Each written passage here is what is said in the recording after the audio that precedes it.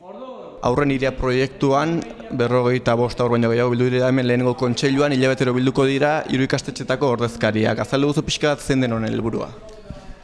Helburu nagusia izango litzake, aurren hitza, entzuna eta erantzuna izatea, ezta? Azken finean, planteatzen egiana da, aurrak bere tolosar izaera garatzen joateko, importante iruditzen zaigu bereekin batea, bere izan ditzazketen ideiak, bere izan ditzazketen hausnarketa horien berri izan eta udalaren aldetikan erantzunak izatea.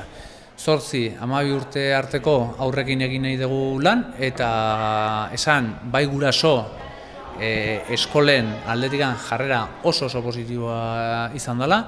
7 saio izango dira, goiz oso bat hilabetean behin eskolatikan kanpo egongo dira, ondorioz beraien hezkuntza formaleko klasea galduko dituzte, baina hemen beste gaitasun batzuk garatuko dituzte, ez? Pixka sistemaren mekanismoa ideiak bildu zituzte, normaleta batean badaude ideiak, eta jolasin bidez lantzen ari dira beraien nahiak edo eskariak. Hau dena Italiatik datorren pertsona edo pedagogo eskola baten ingurutik dator, Francesco Tonucciren dinamika bat da, eta planteatzen dena da jokuen bidez eta hezkuntza ez arautuaren bidez eta ez formalaren bidez gazteenei beraien iritzia, beraien jarrera, beraien gogoak ateraraztea, ezta? Eta oso modu dinamiko eta parte hartzailean garatzen dira, eta azken finean helburu izango litzakena da beraiek herria nola ikusten duten jasotzea udalen aldetikan eta esan bezala erantzun bat ematea, ezta?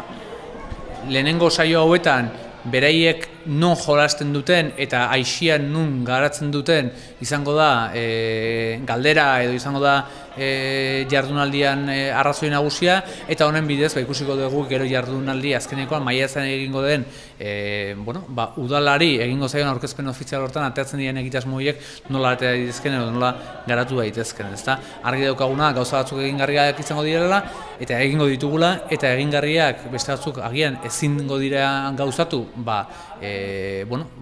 gauza edo aldaketa handia suposatzen dituztelako edota kontra esankorrak izan daitezkelako beste egitasmo batzuekin, baina horiek ere importantea da erantzunak izango dituela eta arrazoituak izango dira ezezkoak. Zergatikan, importante iruditzen zaigulako bere egiten dituzen proposamen horien gainean baiezkoak edo ezezkoak arrazoituak izatea, beraiek sinisteko, ikusteko, sentitzeko bere egintza kontuan hartzen dela.